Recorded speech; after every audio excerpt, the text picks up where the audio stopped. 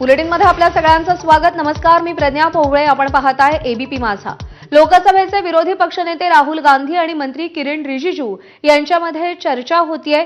लोकसभेचे विरोधी पक्षनेते राहुल गांधी आणि मंत्री किरण रिजिजू यांच्यामध्ये महत्त्वाच्या मुद्द्यांवरती सध्या चर्चा होतीये। सोमेश कोलगे आपले प्रतिनिधी आपल्याला या बैठकीसंदर्भात अधिक अपडेट देतील। सोमेश, सभागृहाचं कामकाज गेल्या 3 आठवड्यांपासून कसं सुरू आहे आपण पाहतोय। कोणकोणत्या मुद्द्यांवरती या बैठकीमध्ये चर्चा होतीये, कोण कोण उपस्थित आहे? गेले 3 आठवडे सभागृहाचं कामकाज चालू शकलेलं नाहीये आणि आता काही दिवसात शेवटचा आठवडा, अंतिम आठवडा अधिवेशनाचा सुरू होईल आणि त्यापूर्वी तरी सभागृह सुरळीत चाललं पाहिजे या दृष्टीने सत्ताधारी आणि विरोधी पक्ष यांच्यामध्येच समन्वयाने सभागृह व्यवस्थित चालू शकतं आणि त्या दृष्टीने आता किरण रिजिजू आणि राहुल गांधी यांच्यामध्ये ही बैठक सुरू असल्याचं कळतंय।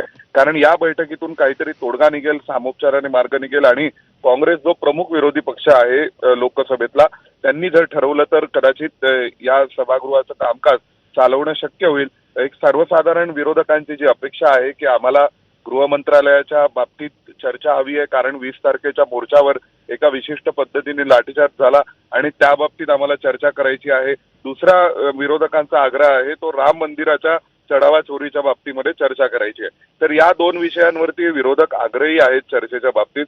कदाचित शक्यता आहे की सत्ताधारी आणि विरोधक यांच्यात आता जो संवाद सुरू आहे त्यातून या बैठकीत काहीतरी तोडगा निघू शकेल की कोणत्या तरी एखाद्या विषयावर चर्चा करायची का आणि मग सभागृह चालू द्यायचं का।